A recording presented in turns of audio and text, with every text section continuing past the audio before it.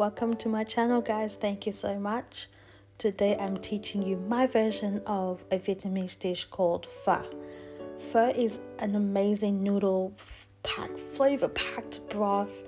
Like, it's almost like ramen but not ramen, you know, and it's just like it's got veggies, it's got everything that you need and want. So let's jump into this recipe. I have some clove, then I have star anise. This is amazing, guys. Add as much as you want but not too much. Then we have 1 tablespoon of coriander seeds. Well, now we got cinnamon bark. It's amazing. I roasted my veggies and almost burnt the cloves, as you can see. Yikes. In a pot, add your cleaned beef bones with some fatty pieces as well. It goes a long way. I did not know that you could do this, but when I did, it was bomb. We're gonna add 1 liter of water, enough to cover the bones. We will not be using this water though. I must say, it's full of impurities. We don't need it.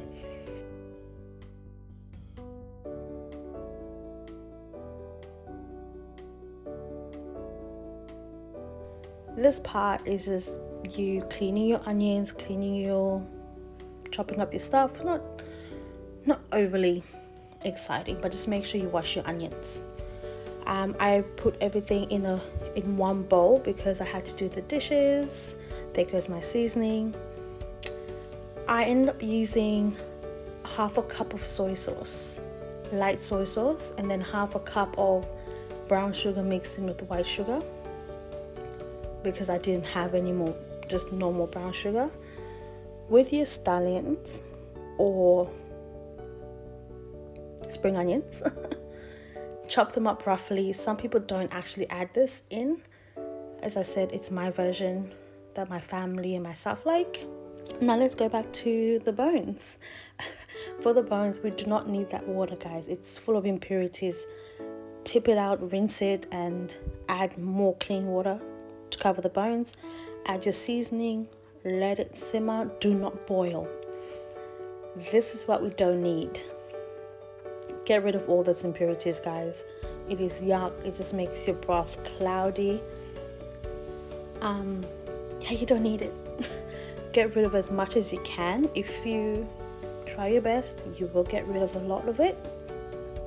It is tedious though. It is tedious, I must say.